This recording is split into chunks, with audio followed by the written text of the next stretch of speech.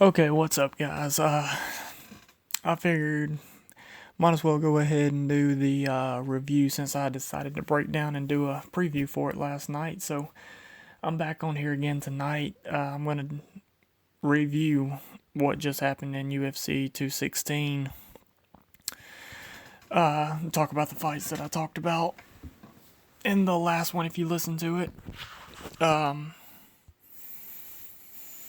I'm not gonna talk about the prelims. I'll talk about Lando Venata and Bobby Green, and then I'll do the main card. I talked about Lando and Bobby Green last night. Um, Lando and Bobby Green was the fight of the night, which is the out of 4 fights in the UFC. Lando Venata now has 4 performance bonuses.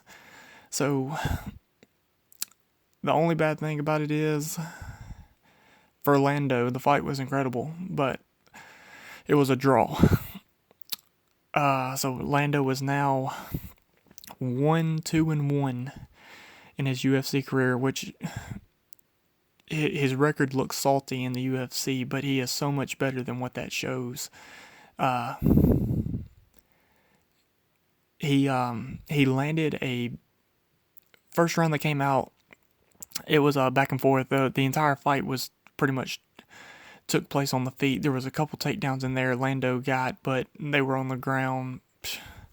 I don't know, maybe a combined 30 seconds from from all the takedowns. Lando might have got him down 3 different times, but that was pretty much it. The entire rest of the fight pretty much was a kickboxing exchange. But in the first round, they were going back and forth kickboxing, and Lando landed a big right hand and put Bobby Green down. Jumped all over him, was pouncing him. It looked like the fight was over. I don't remember who the referee was, but they were right on top of it. They were about to step in and give Lando the TKO victory, but Bobby Green tries to get up at the last second, and he still had. I think. I think there was one knee on the ground and one foot, but he might have still had both knees on the ground. He was in the process of getting up either way, but for sure one knee on the ground, which makes him a grounded fighter. And Lando clinched him behind the head and threw a knee, which is an illegal strike. So, uh, it was Herb Dean. Herb Dean was the referee because Herb immediately stopped it. They brought the doctors in, and Bobby Green, hats off to him. He didn't. He could have played it off and acted like it hurt him extremely bad. He got right back up to his feet, let the doctors come in because the knee that came in, it landed on like the upper part of Lando's thigh above the kneecap. The kneecap didn't center him in the face. If it would have, it would have probably been ball game. The fight wouldn't have continued.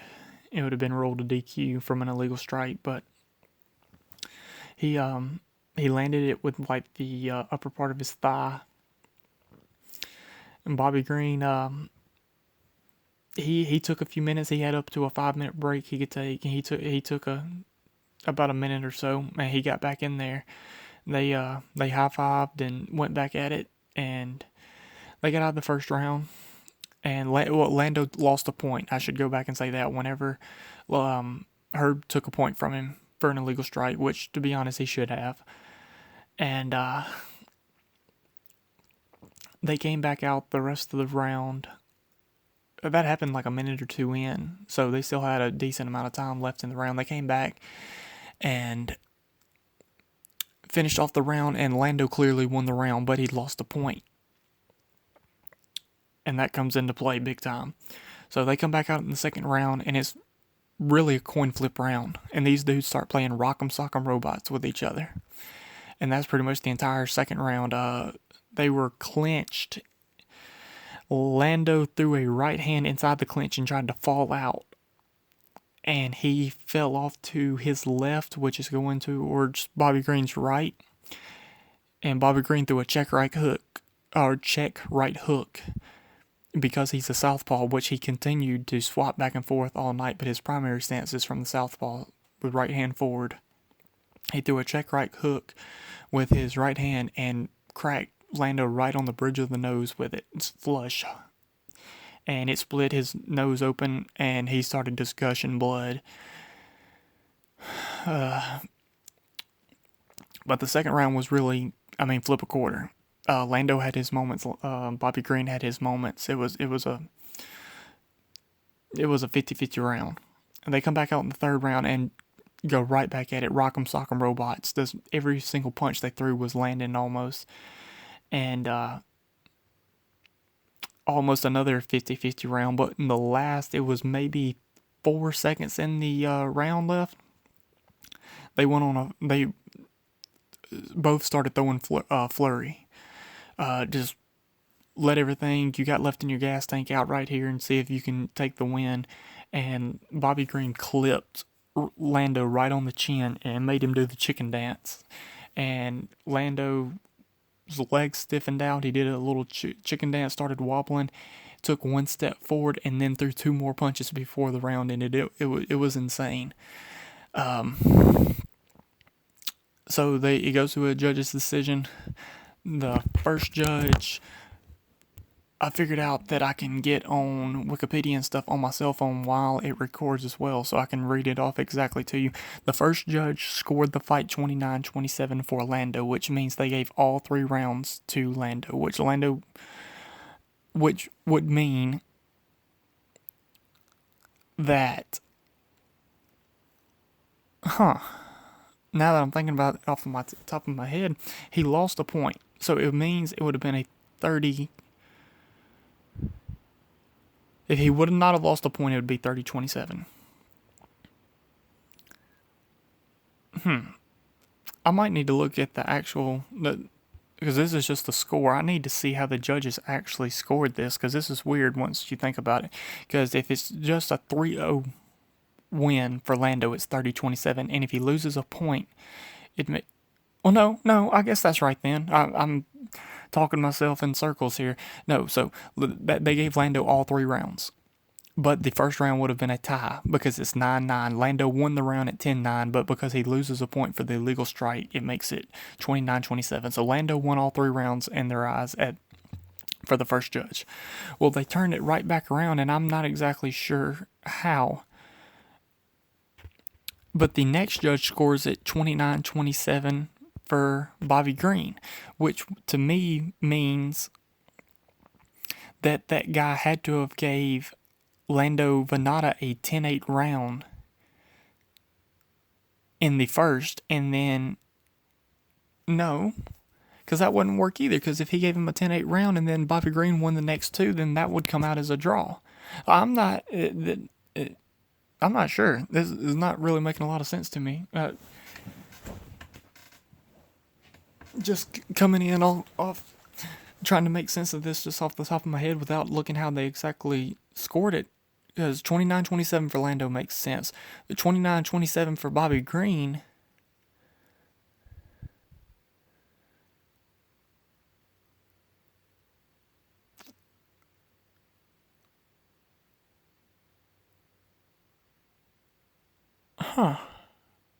I'm trying to make sense of it, because for Lando to get a 27, or okay, never mind. Once again, I'm being stupid tonight for some reason, which means they gave Bobby Green the point taken away is throwing me off here of what the scorecards are supposed to be.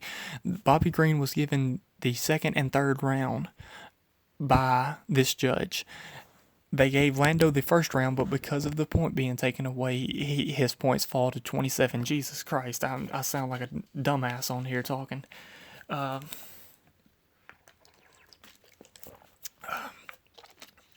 So, and then the last judge scored it 28-28, which means that judge gave Lando a 10-8 round, and then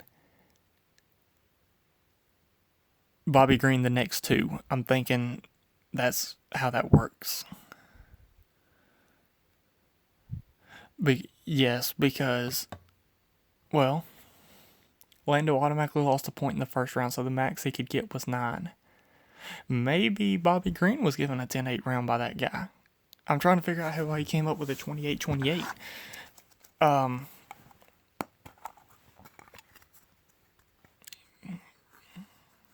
This would be so much easier if I just looked up the actual scorecards and just instead of sit here and thought about it in my head, but I guess that's where half the fun is, I guess.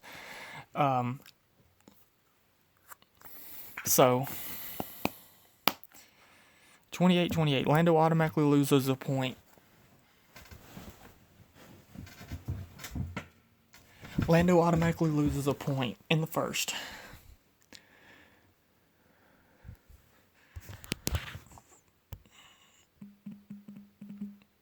Or unless Lando automatically loses a point in the first, and then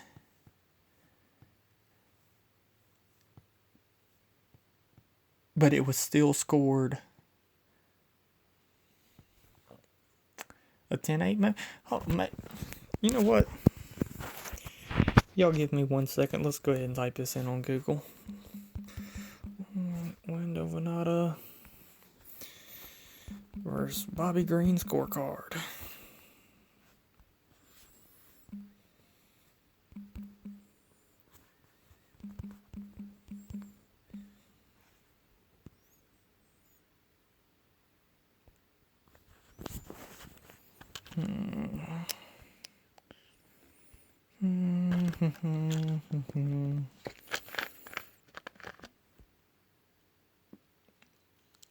Okay, the first thing that came up was an article from MMA Fighting.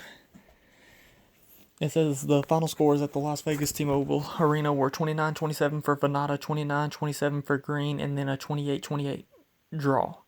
Minus the point deduction, the bout would have been scored a split decision for Venata.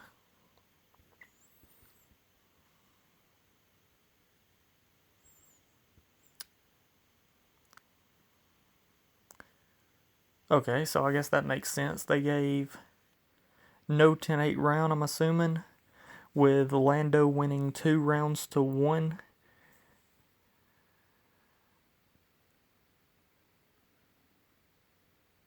Well, that still doesn't tell me how.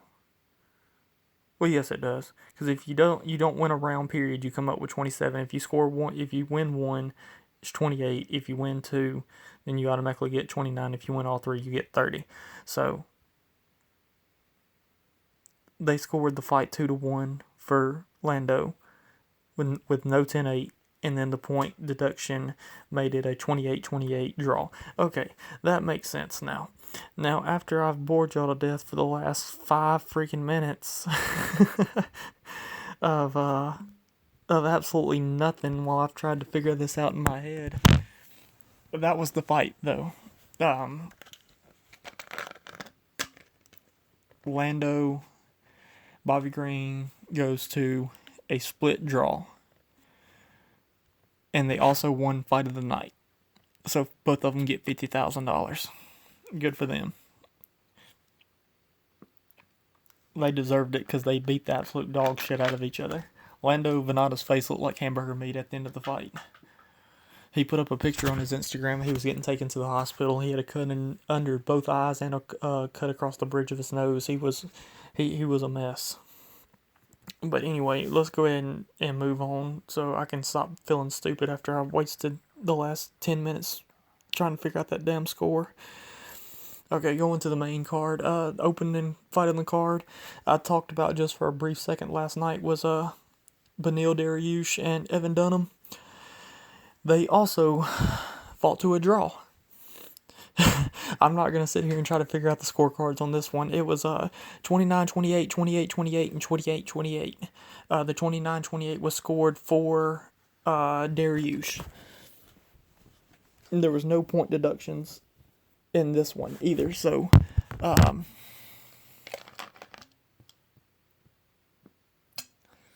oh God, I've already got it running through my head, trying to figure out how they scored a 28-28. I know the first round could have possibly been scored a 10-8 for Beneil. He landed a 2 big elbows up against Evan Dunham up against the cage and dropped him, pounced all over him, and that happened in probably the first minute and 30 seconds of the fight.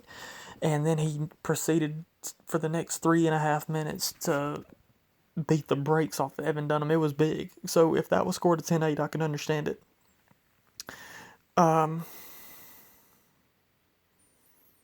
Which that very well might be how they came up with those scores. So 10-8 for Dariush in the first, and then if Evan wins the next two, that means that's how Dariush would have got his 28, his 1 point, and Evan then would have had to win 2 rounds in a row to come up with a 28 instead of 1 because he would have lost a point. So that might be it right there.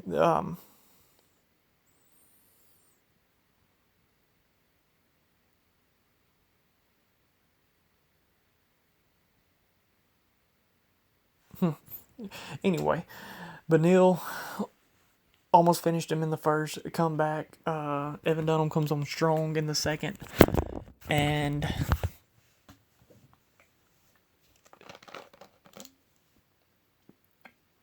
comes on strong in the second round, and it comes back in the third round and does the exact same thing. I personally thought I had the fight scored at very minimum 2-1 for Dariush. I wouldn't have been upset whatsoever if they would have still scored the fight 3-0 for Dariush. The second and the third round were toss-ups, but I still thought I leaned in Dariush's favor in both of the rounds. The judges obviously didn't see it that way. One of the judges scored it 2-1 for Dariush, and the other two scored it a draw. So the outcome was a majority draw. It's weird to see 2 draws on the same fight card. It was a good fight, though. Entertaining. They kept a good pace. Good match. Okay, moving on to the next fight. You had 2 debuting flyweights in the women division.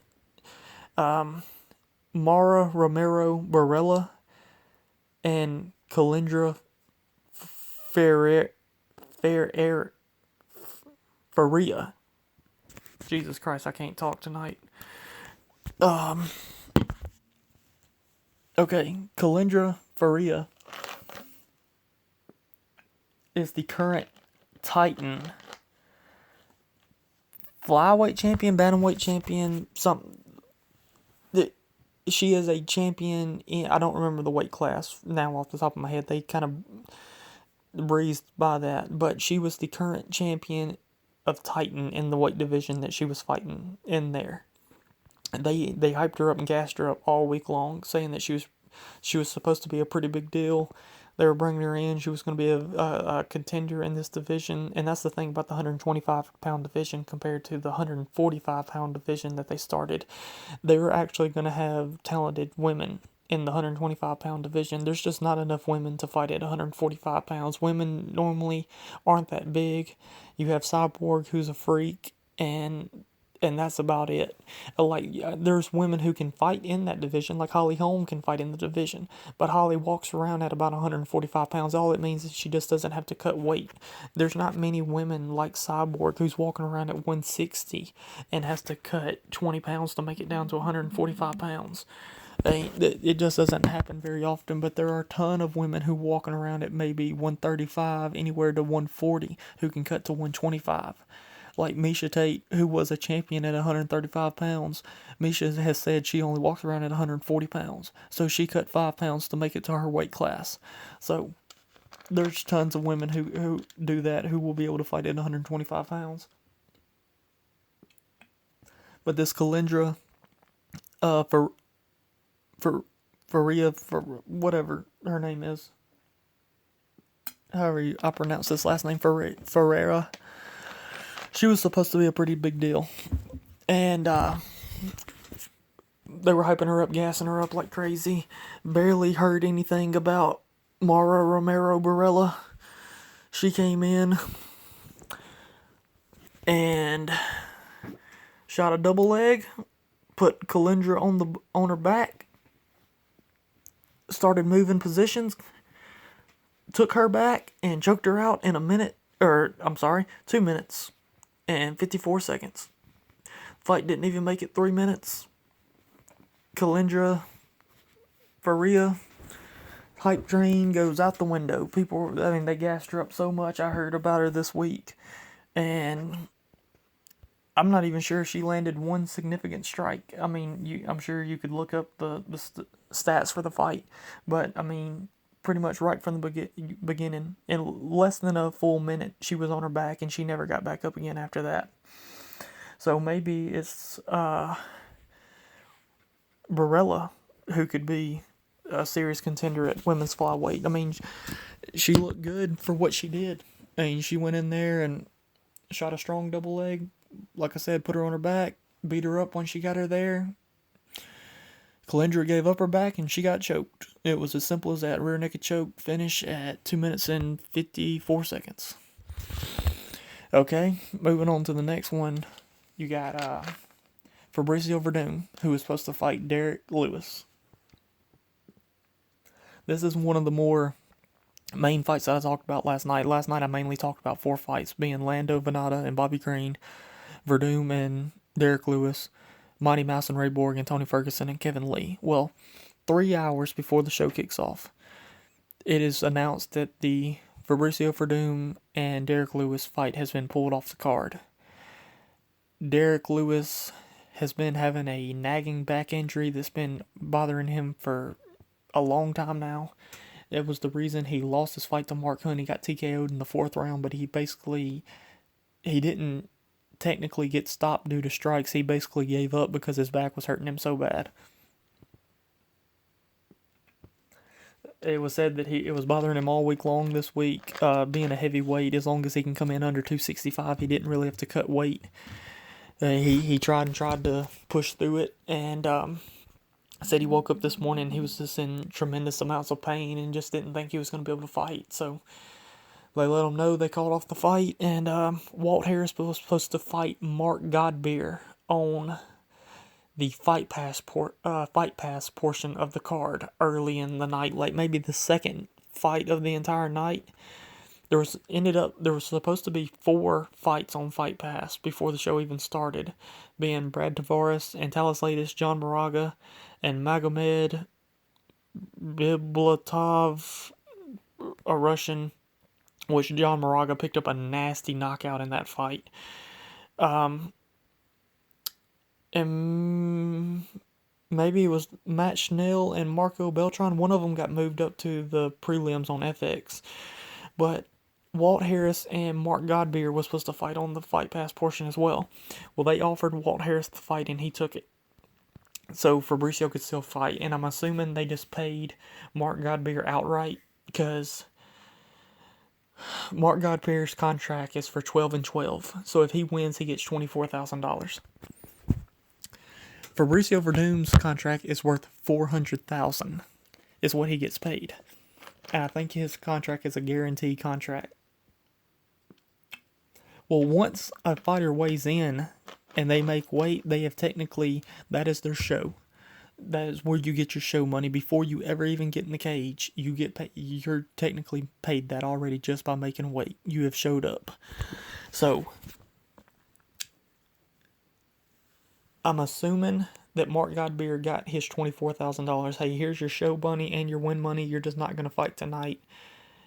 It was not a good matchup for him anyway. He was possibly going to go in there and get knocked out by Walt Harris. So they paid him, sent him on his merry way. So, hey, appreciate you showing up. And he was a heavyweight, so he didn't even have to cut weight at all. Basically, he flew from England over here, made $24,000, and was going to fly back home. So Walt Harris is then moved to one of the featured fights on the main card against Fabricio Verdum. Walt Harris is from Birmingham, Alabama, I'm from Dadeville, Alabama, about 2 hours away. So I was pulling for Walt Harris here, man. I was thinking in my head, but the same thing applied to the fight that I said last night in the Derek Lewis fight. Standing up, Walt Harris is a very good kickboxer. He is a gigantic, athletic dude with good footwork. A guy his size should not be able to move the way he does. I think he played college football at Jacksonville State. I'm not exactly sure on that, but I think that is true. And he has very good kickboxing skills. I've seen him fight before. He knocked out one of the guys I'm a fan of, Chase Sherman, the Vanilla Gorilla. He knocked him out. It was he's good. I was interested in seeing what he could do against Fabricio Verdum. Well, he goes in and never throws a single strike. He works his footwork for maybe 20 seconds, tries to find a way to get in on Verdum because Verdum was taller than him. Verdum throws a high kick. Walt Harris shoots back and avoids it. Fabricio closes the distance, shoots a double leg, gets Walt Harris down, immediately passes the mount, which Walt Harris pissed me off because it was basic, which I say that when you're not in that cage doing it yourself, if you're watching at home and you know what you're looking for, you can see the mistakes. But he had an underhook while Fabricio was in full mount, and as long as he held on to that underhook, Fabricio could not move. Fabricio would stay in full mount and beat him up if he wanted to, but he would not be able to transition any further than full mount. He wouldn't be able to take Harris's back if he tried to hip escape or anything. Well, Harris abandons the underhook, gives up his back. Fabricio immediately goes for a rear naked choke. Walt Harris then defends the choke the way you're supposed to. 2 hands on one, pulls it over the other side of his head. So, like, his head now is off of Fabricio's body. Like, say, imagine if you have a person on your back, your head lays back, your head's in the center of their chest. Well, if it's Fabricio's left arm, and since he's on his back, it's the same side. The left side of your body, the left arm, you take 2 hands on one, pull it over to the right side of your head. So your head is no longer on his body whatsoever. You're kind of hanging.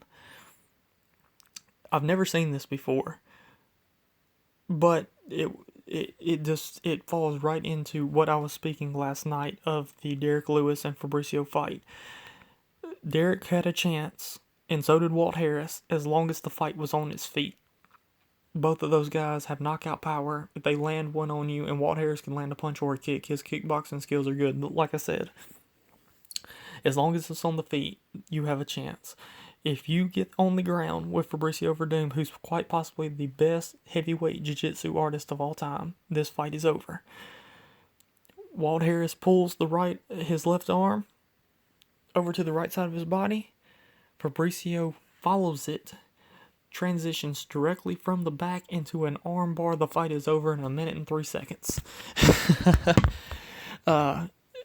Incredible transition to the arm bar by Fabricio. I've never seen anyone do that before. Walt defended the submission, the choke, the way he was supposed to, and just fell directly into the arm bar. Did not try to fight the arm bar whatsoever. As soon as he got it and he hyperextended his arm, he had him in it for maybe a second, and Walt tapped out. The fight was over in 1 minute and 3 seconds, like I said. Fabricio called out Stipe after the fight, said he wanted his belt back.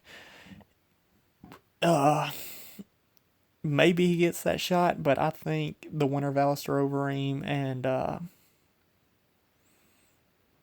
Francis Ngannou is getting the next shot at Stipe. That'll be interesting though. But that's who I expect to get the next title shot as the winner of that fight. I think Fabricio might have to get one more because he's coming off a loss in his last fight. He lost to Alistair. So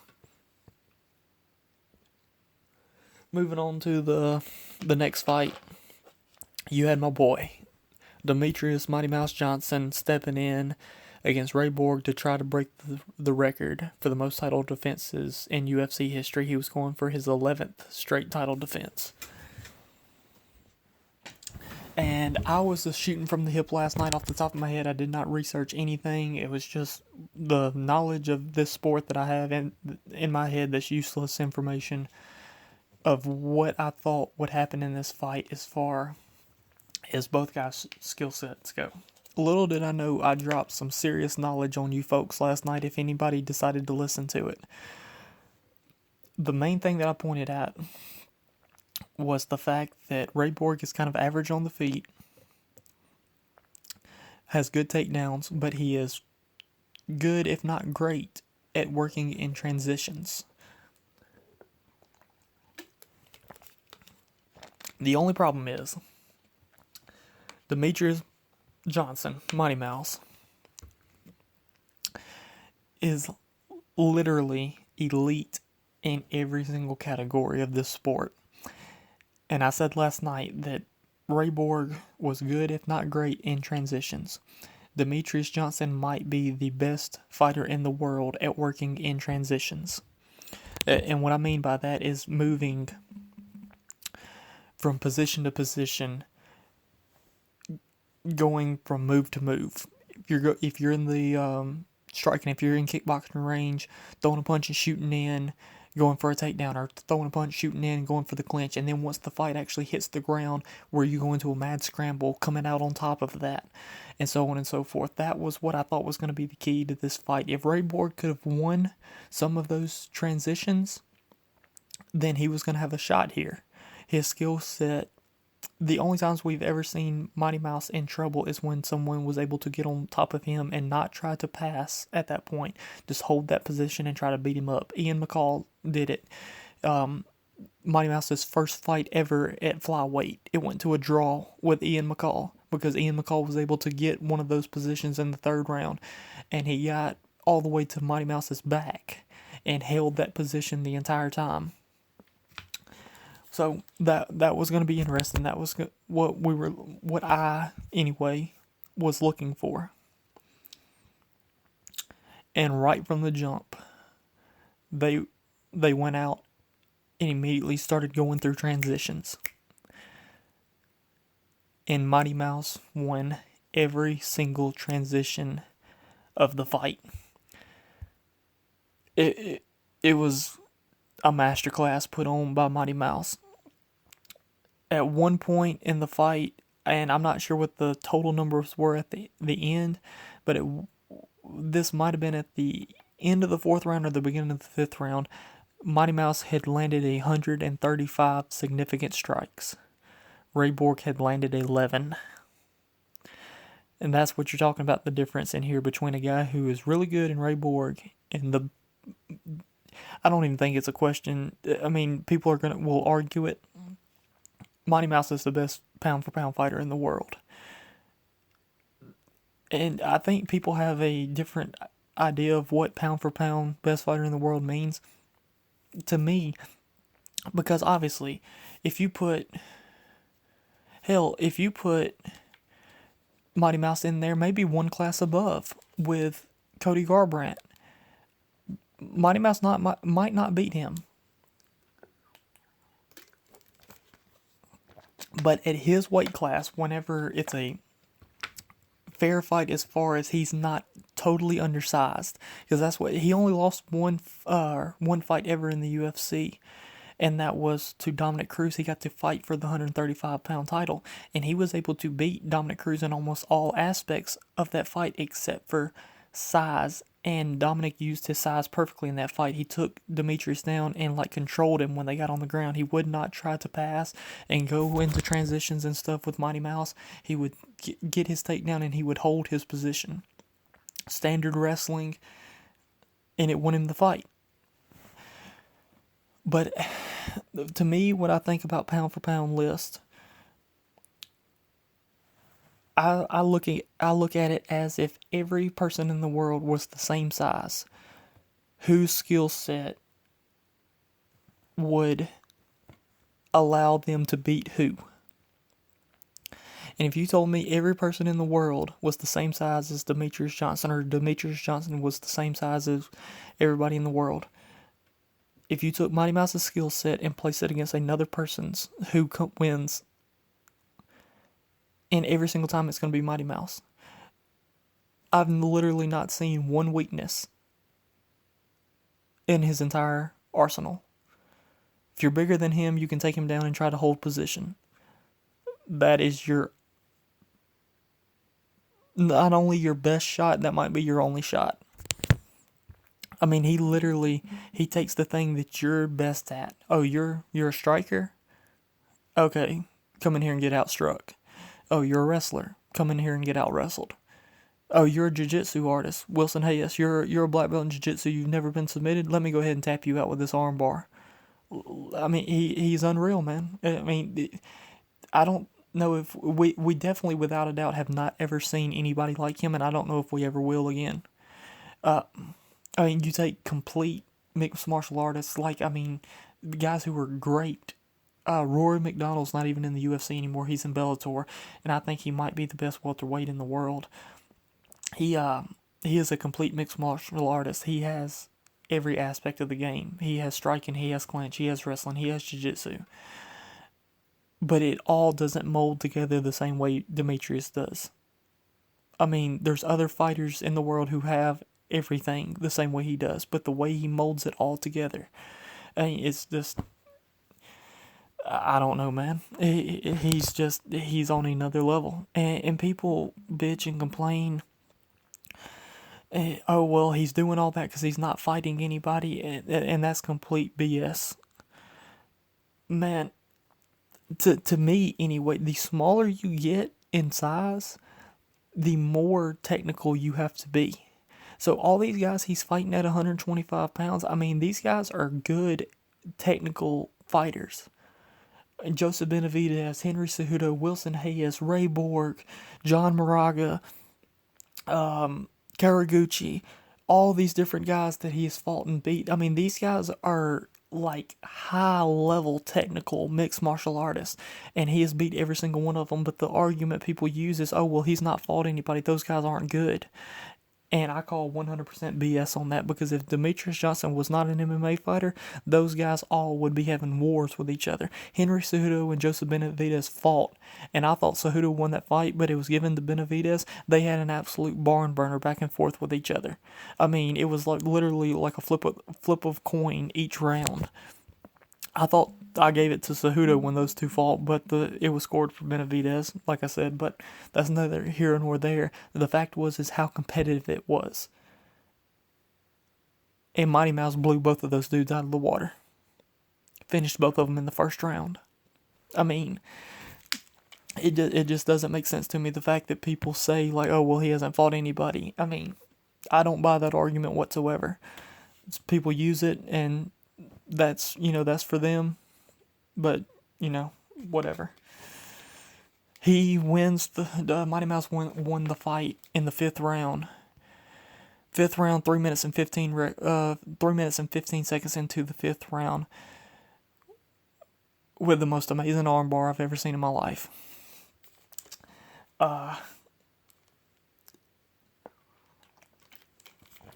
Has Ray Borg's back, standing back clinch. Lifts, gets underneath Ray Borg's hips, lifts him into the air. Pulls away from him so that he no longer he's no longer holding on to him by the waist. He's like underneath his armpits. He slides up him, which causes Ray Borg's legs to shoot out, so he's almost horizontal. He then, while he's still in midair, transitions over and grabs a hold to Ray Borg's left arm. Follows him to the ground. Ray Borg slams into the ground from the slam. So he jars from that. Arms come out to his side from the slam. Mighty Mouse already has a hold to the left arm. Sinks in the arm bar. Ray Borg he was a gritty dude, man. He tried to stay in there as long as he could. He stayed in that armbar for probably 5 or 6 solid seconds with Mighty Mouse cranking it. I mean, his arm was almost bent into a V, like the letter V, is what his arm was almost bent into.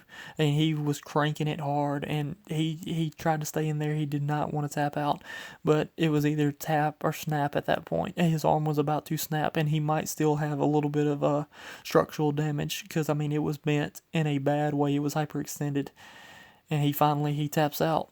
And Mighty Mouse breaks the record, 11 straight title defenses. And what's next for him, I'm not sure. He can move up to a 135 for a super fight.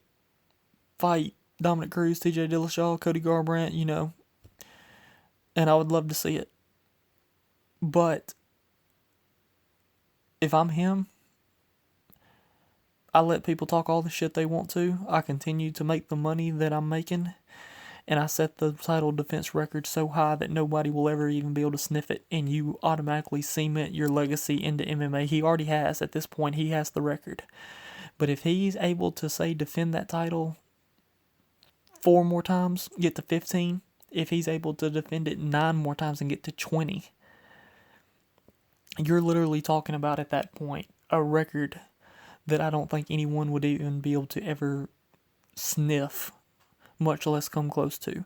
I mean, like, if John Jones wasn't a fuck up and was able to stay, I don't know if John ever gets to that.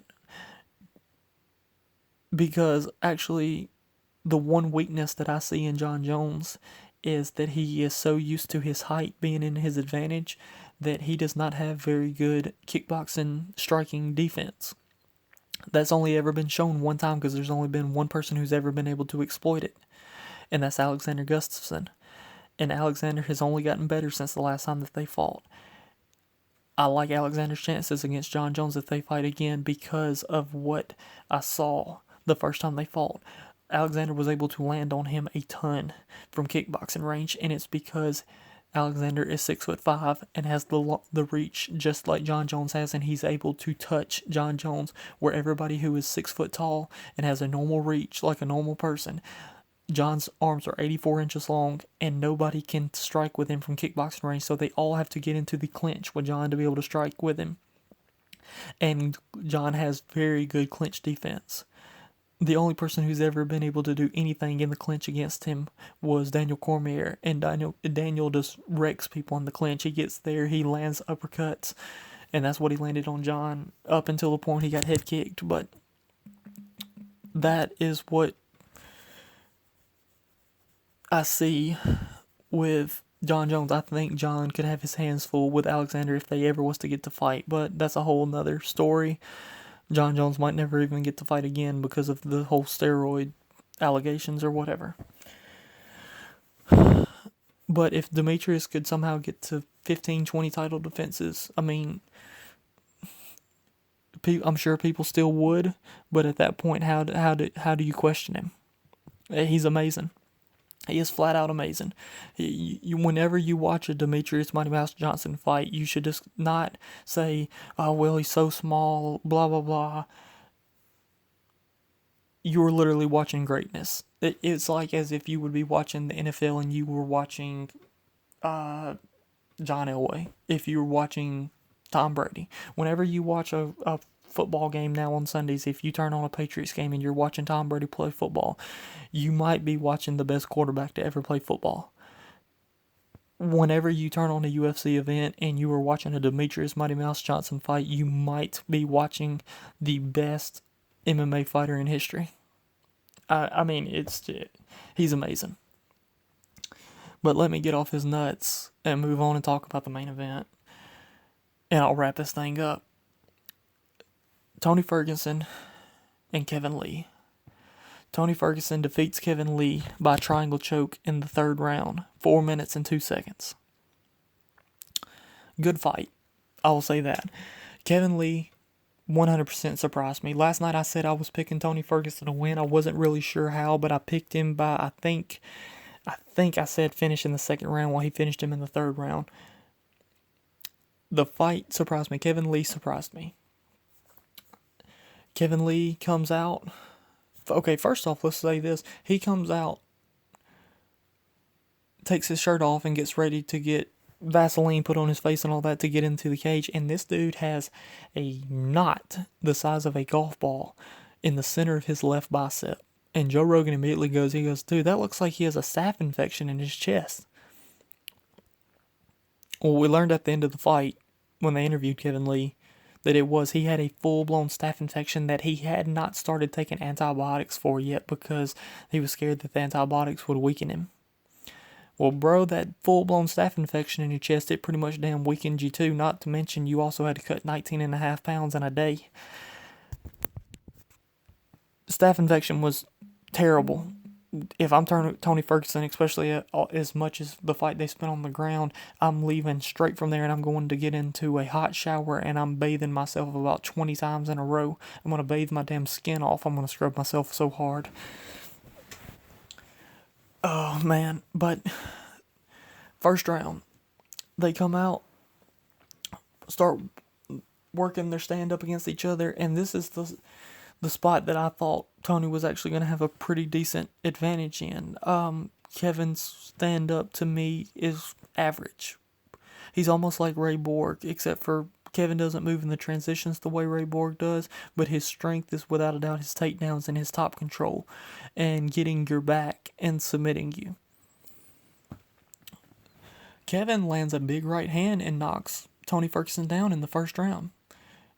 And it could not have been an eye poke because it was a full-blown punch. But I think he punched Tony, like, in the eyeball. The rest of the fight after that, Tony continued to, like, swipe at his left eye. Like it was bothering him. But he knocks Tony down with the right hand and tries to swarm on him. And Tony backpedals. And Tony clips him with a good right hand himself and drops Kevin to his knees.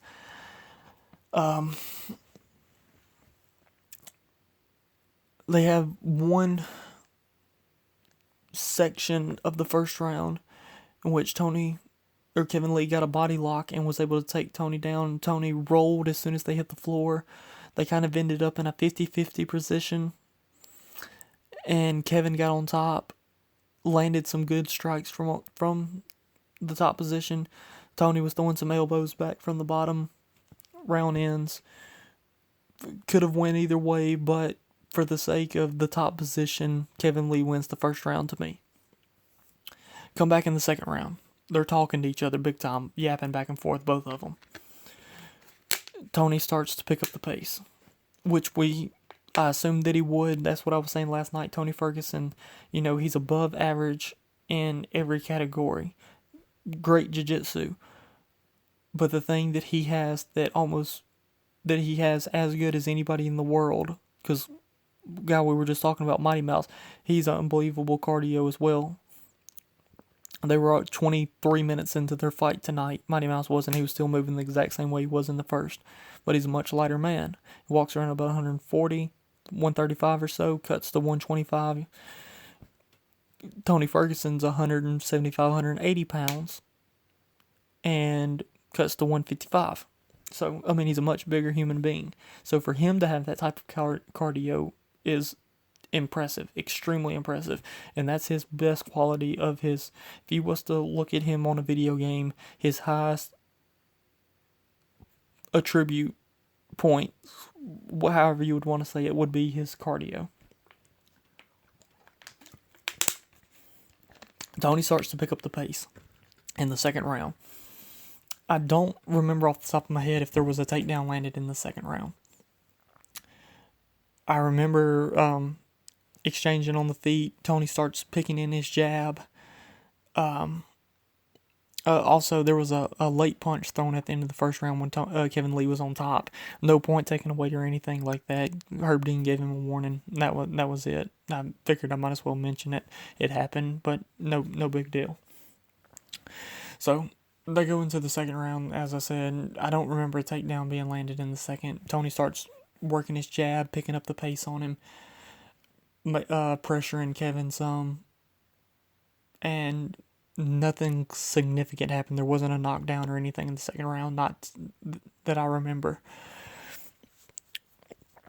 And round ends. I would say because of the pressure and everything, Tony won the round. So you're sitting at 1-1. They come back out in the third round. Kevin Lee gets a takedown. A slam, actually. Gets Tony Ferguson up in the air across his shoulder, brings him down hard, almost like in pro wrestling it'd be a sidewalk slam. Big slam, brings him down, gets into his guard, and Tony Ferguson starts doing work from the inside of his guard and starts hurting Kevin Lee, even though he's on the bottom, cupping the back of his head and just raining elbows in there.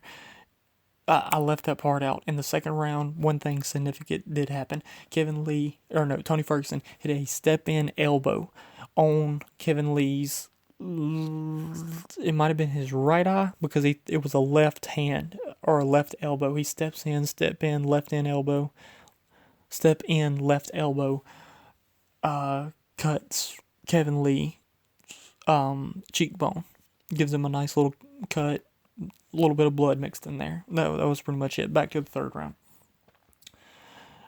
Kevin Lee gets the big slam. Tony starts going to work from his guard. He gets into the guard, starts cupping the back of Kevin Lee's head, raining elbows in from the bottom, and Kevin Lee does not like them. He is trying to scoot all the way down as far as he can. His face is almost laying on, like, Tony Ferguson's belly button to try to get away from the elbows, but to keep his top position. And Tony's just raining them in there. Well, Tony Ferguson gets an arm bar. A very good arm bar. Deep. And I thought the fight was over right there. And this is where Kevin Lee impressed me. They even got transitioned into the armbar in a belly down position. And if you know MMA, being caught in an armbar by itself sucks. If you get into a belly down armbar, you've got about 3 seconds and your arm is going to snap in half. Kevin Lee got out of it, which impressed me. I gave him a clap. I was like, dude, that's impressive. You don't see very many people get out of it. When you get caught in an armbar, hey, you can roll, you can get out. It's tough, but once it's locked in, you do at least have an option. If you get in a belly down armbar, you have an option, but the amount of time you have to utilize that option to be able to get it out is cut in half, if not 3/4. Kevin Lee got out of it, which I was highly impressed with. They transition right back in, and Tony doesn't try to get up or anything. Tony rolls right back to his back. Kevin Lee gets right back on top, and they're back basically into the same position. Kevin Lee and Tony Ferguson's guard. Tony goes straight back to working elbows.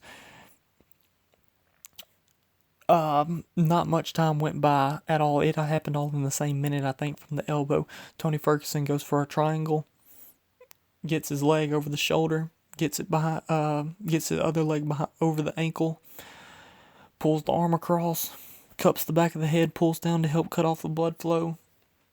He was in it maybe 5-6 seconds. You get a tap from Kevin Lee. Tony Ferguson is your interim champion, lightweight interim champion. And it was a good fight. I was impressed with it, and I was impressed with Kevin Lee afterwards. He handled himself well. He made me like him a little more by the way that he handled the loss. He didn't make any excuses. They tried to ask him, they asked him about the staph infection, and he confirmed it. He's like, yes, I do have staph infection. I haven't started taking antibiotics because I didn't want, to weaken myself from the antibiotics. So he's like, and the weight cut, sure, the weight cut affected me. I had to cut 19.5 pounds or whatever, but I'm not making any excuses whatsoever. Tony Ferguson was the better man. Me and him came both from the same alma mater. They went to the same college and wrestled. Not at the same time. Tony Ferguson's 8 years older than Kevin Lee. Kevin Lee's my age. He's a year younger than me, actually. I'm 26. He's 25. Tony Ferguson's 33. But nonetheless, they went to the same college. He mentioned that. He was like, hey, we're both from the same alma mater. He was like, Tony's a good dude. I know there was a bunch of bad blood between us. We talked a bunch of shit, but, bygones be bygones. He was the better man tonight. He's the best person in this division to me. I came in here and fought him. I lost. Hey, hats off to him. Made me like him a little bit more. I was pleased with the way that he handled the loss. Tony Ferguson gets on the mic, yells because he's so happy. Sits there and talks to Joe Rogan for a second. And Joe Rogan goes, well, Conor McGregor holds the lightweight championship in this division. You have anything you want to say to Conor? And Tony screams and calls Conor McGregor McNugget. What did he say exactly? It was something to the point of, McNugget, I'm going to beat the F out of you. Defend that title or vacate it, MFer. Not bad. I mean, he could have said a lot of worse things. It could have went over a lot worse, but the fact that Joe asked it and he immediately, without hesitating, grabbed the mic, McNugget, I'm gonna beat the F out of you, defend that belt, or vacated MFer. It could work. I don't think Conor wants to fight Tony Ferguson, and to be honest with you, I don't think he does. I think, I said it last night, I think because Tony Ferguson won this fight, you are going to see Conor McGregor fight Nate Diaz now. And I don't even think they're going to fight on December 30th in the last fight of the year. St. Patrick's Day is going to be on a Saturday this upcoming year in 2018. The day before my anniversary, I was married this past year on March 18th, which we were married on Saturday. This coming up year, my anniversary will be on a Sunday. St. Patrick's Day will be on the Saturday. Conor McGregor will fight on March 17th. I'm going to make that prediction of this upcoming year, St. Patrick's Day. That's what I think. I don't think he fights on December 30th. I think they find another... They stack that December 30th card with their other champions. They do a big card like they're about to do for Madison Square Garden. You might get 2 to 3 championship fights on it, and that's what they roll with. So I'm not sure what Tony does next. Tony Ferguson said tonight in his post-fight press conference, I think that he would be ready December 30th if need be, and it's very possible. And Khabib tweeted Tony Ferguson after the fight and said, "Congratulations, you deserve that belt. I'll be ready in December." It's very possible we get to see Tony Ferguson and Khabib, and Tony defends the interim lightweight championship to Khabib on December 30th. I'll pay to watch that. I still want to see that fight. That fight's amazing. I still think it's the only fight that would be made in God, I don't know how long, where there's not any more clear that the number 1 and the number 2 guys in the division are fighting each other. And that's even with Conor holding the belt. I like Tony Ferguson's chances against Conor. This does not mean that I'm saying that Conor would lose to Tony Ferguson and to Khabib, but I like both of their chances against Conor McGregor. To me, Tony Ferguson and Khabib are the number 1 and number 2 lightweights in the world, and I'll pay to watch that all day long. So that's gonna just about do it. It's another late one. It's 2:10 right now. So yeah, I'm gonna go ahead and wrap this thing up. I'm done with all of you. I'm done talking. If you want to listen to this, then all the way through, then I guess you'll hear this part. If you don't listen to this part, that's fine too. Alright, fellas. Let's wrap this thing up. I'm done. Y'all have a good night.